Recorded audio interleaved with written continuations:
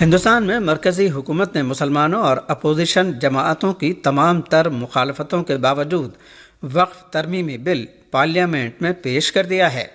دہلی سے ہمارے نمائندے کے مطابق اقلیتی امور کے مرکزی وزیر کرن رجیجو نے آج پارلیمنٹ کے ایوان زیریں لوک سبھا میں حزب اختلاف کے ہنگاموں کے دوران وقف ترمیمی بل 2025 پیش کر دیا۔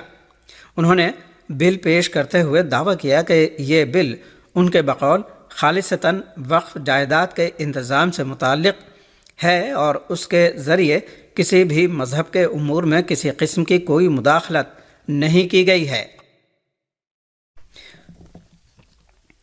کرن رجیجو نے کہا کہ یہ مندر یا مسجد کا معاملہ نہیں ہے بلکہ صرف وقف جائیداد کے انتظام سے تعلق رکھتا ہے جو متولیوں کے اختیار میں ہے۔ انہوں نے دعویٰ کیا کہ مشترکہ پارلیمانی کمیٹی نے اس بل پر ملک کے مختلف طبقات کے لوگوں سے وسیع مذاکرات کے بعد اپنی رپورٹ پیش کی اور اسی کی بنیاد پر یہ بل پیش کیا جا رہا ہے۔ آج پارلیمنٹ کا اجلاس شروع ہونے سے پہلے کانگریس پارٹی کے اراکین پارلیمان کی میٹنگ میں راہل گاندھی نے مشورہ دیا ہے کہ اس بل پر پارٹی کا موقف مضبوطی سے پیش کیا جائے۔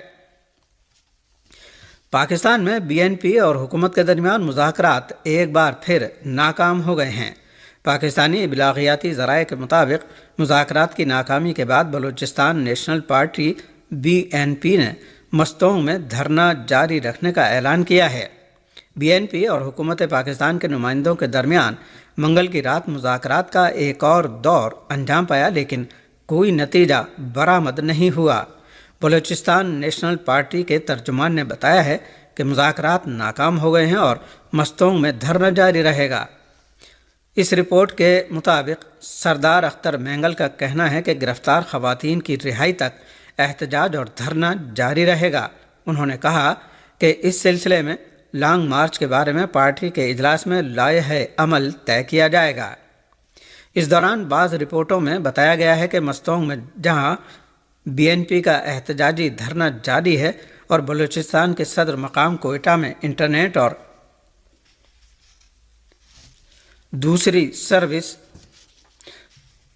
اور موبائل سروس معطل کر دی گئی ہے۔ بنگلہ دیش میں 1971 کی جنگ کی یادگار دیوار لبریشن وار میموریل منچا کو گرا دیا گیا ہے۔ میڈیا ذرائع کے مطابق یادگاری دیوار کو مقامی انتظامیہ کے حکم پر گرایا گیا ہے۔ بنگلہ دیش کے ضلع لال منیر ہٹ میں قائم دیوار کو 1971 کی جنگ کی یادگار کے طور پر قائم کیا گیا تھا۔ اس یادگار دیوار پر 1950 کی زبان کی تحریک کا پس منظر، 7 مارچ کی تاریخی تقریر، جنگ آزادی، مجیب نگر حکومت کی تشکیل، آزاد سرزمین پر نئے سورج کا طلوع ہونا، آزادی کے جوش و خروش سے سرشار بہادر جنگجو، 7 عظیم ہیروز اور دیگر کئی تاریخی لمحات کو دکھایا گیا تھا۔ ٹرانسپیرنسی انٹرنیشنل بنگلہ دیش نے یادگار گرائے جانے پر احتجاج کا اعلان کیا ہے۔ واضح رہے کہ یادگار کو کچھ دن پہلے بنگلہ دیش کے یوم آزادی پر کپڑے سے ڈھک دیا گیا تھا۔ غزہ پر غاصب صہیونی حکومت کی تازہ بمباری میں درجنوں نہتے فلسطینیوں کے شہید اور زخمی ہونے کی خبر ہے۔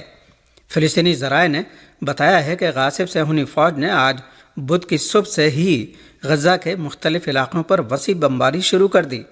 ابلاغیاتی ذرائع نے بتایا ہے کہ آج کی بمباری میں درجنوں عام شہری شہید اور زخمی ہوئے ہیں۔ بعض رپورٹوں میں آج صبح سے دوپہر تک شہید ہونے والوں کی تعداد 17 بتائی گئی ہے۔ یہ ایسی حالت میں ہے کہ غزہ میں فلسطینی محکمہ صحت نے منگل کی شام اعلان کیا تھا کہ 18 مارچ سے شروع ہونے والی صہیونی جارحیت کی دوسری لہر میں 1024 فلسطینی شہید اور 2542 زخمی ہو چکے ہیں۔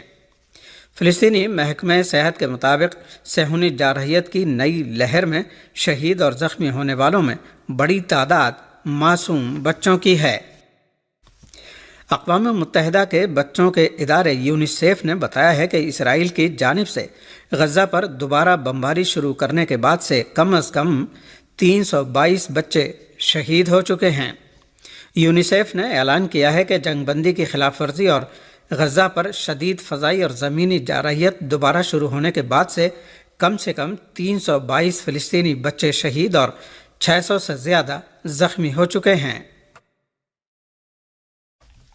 یونیسیف نے کہا ہے کہ غزہ پر صہیونی حکومت کے فضائی اور زمینی حملوں کی دوسری لہر کے اعداد و شمار بتاتے ہیں کہ گزشتہ 10 دن کے دوران روزانہ 100 سے زیادہ بچے شہید یا معذور ہو چکے ہیں۔ یونیسیف نے بتایا کہ اسرائیلی حملوں کی دوسری لہر میں زخمی ہونے والے زیادہ تر فلسطینی بچے بے گھر ہو گئے تھے اور انہوں نے عارضی خیموں یا تباہ شدہ گھروں میں پناہ لے رکھی تھی۔ اقوام متحدہ کے بچوں کے ادارے یونیسیف کے مطابق جنوبی غزہ کے علاقے خان یونس میں ناصر اسپتال کے ایمرجنسی ڈپارٹمنٹ پر حملے میں بھی معصوم فلسطینی بچے شہید اور زخمی ہوئے ہیں۔ یونیسیف کی ایگزیکٹو ڈائریکٹر کیتھرین رسل نے اپنے بیان میں کہا ہے کہ جنگ بندی نے فلسطینی بچوں کی زندگی کسی حد تک محفوظ کر دی تھی، لیکن اسرائیل کی جانب سے جنگ بندی ختم اور دوبارہ حملے شروع کیے جانے کے بعد اب ایک بار پھر فلسطینی بچے مہلک تشدد اور محرومی کے بھنور میں ڈوب گئے ہیں۔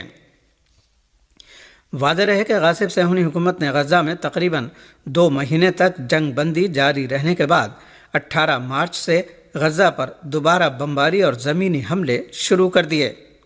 غزہ میں وزارت صحت نے اعلان کیا ہے کہ غزہ پر دوبارہ وحشیانہ صہیونی حملے شروع ہونے کے بعد 1000 سے زیادہ نہتے فلسطینی شہید ہو چکے ہیں۔ یمن نے کہا ہے کہ امریکہ نے ملک کے شمال مشرقی صوبہ حجہ پر بمباری کی ہے۔ المسیرہ ٹی وی کی رپورٹ کے مطابق صوبہ حجہ کا شہر وشا 3 بار امریکی بمباری کا نشانہ بنا ہے۔ تحریک انصار اللہ کے میڈیا ذرائع نے رپورٹ دی ہے کہ امریکی حملے میں مغربی یمن کے صوبہ الحدیدہ کی آب رسانی کی تنصیبات پر بمباری کی گئی ہے، جس کے نتیجے میں کئی افراد شہید اور متعدد زخمی ہو گئے ہیں۔ المیادین ٹی وی نے بھی رپورٹ دی ہے کہ امریکہ نے وشا شہر کے ایک میڈیکل سینٹر اور ایک اسکول کو نشانہ بنایا ہے۔ دریاسنا یمن کی مسلح افواج نے اعلان کیا ہے کہ اس نے بحر احمر میں امریکی بحری بیڑے ٹرومین سمیت جارح اتحاد کے جنگی جہازوں پر میزائل اور ڈرون حملے کیے ہیں۔ یمن کا کہنا ہے کہ علاقے میں امریکی اہداف کے خلاف ان کی کارروائیاں مزید شدت سے جاری رہیں گی۔ امریکہ کی ٹرمپ حکومت نے اسلامی جمہوریہ ایران پر زیادہ سے زیادہ دباؤ ڈالنے کی پالیسی کے تحت مزید نئی پابندیاں عائد کر دی ہیں۔ امریکی وزارت خزانہ نے ایک بیان میں دعویٰ کیا ہے کہ امریکی وزارت خزانہ نے ایران میں موجود 6 چینی کمپنیوں اور 2 ایرانی شخصیات پر پابندی عائد کر دی ہے۔ ان چینی کمپنیوں پر ایرانی ڈرون طیاروں کے پارٹس فراہم کرنے کا الزام ہے۔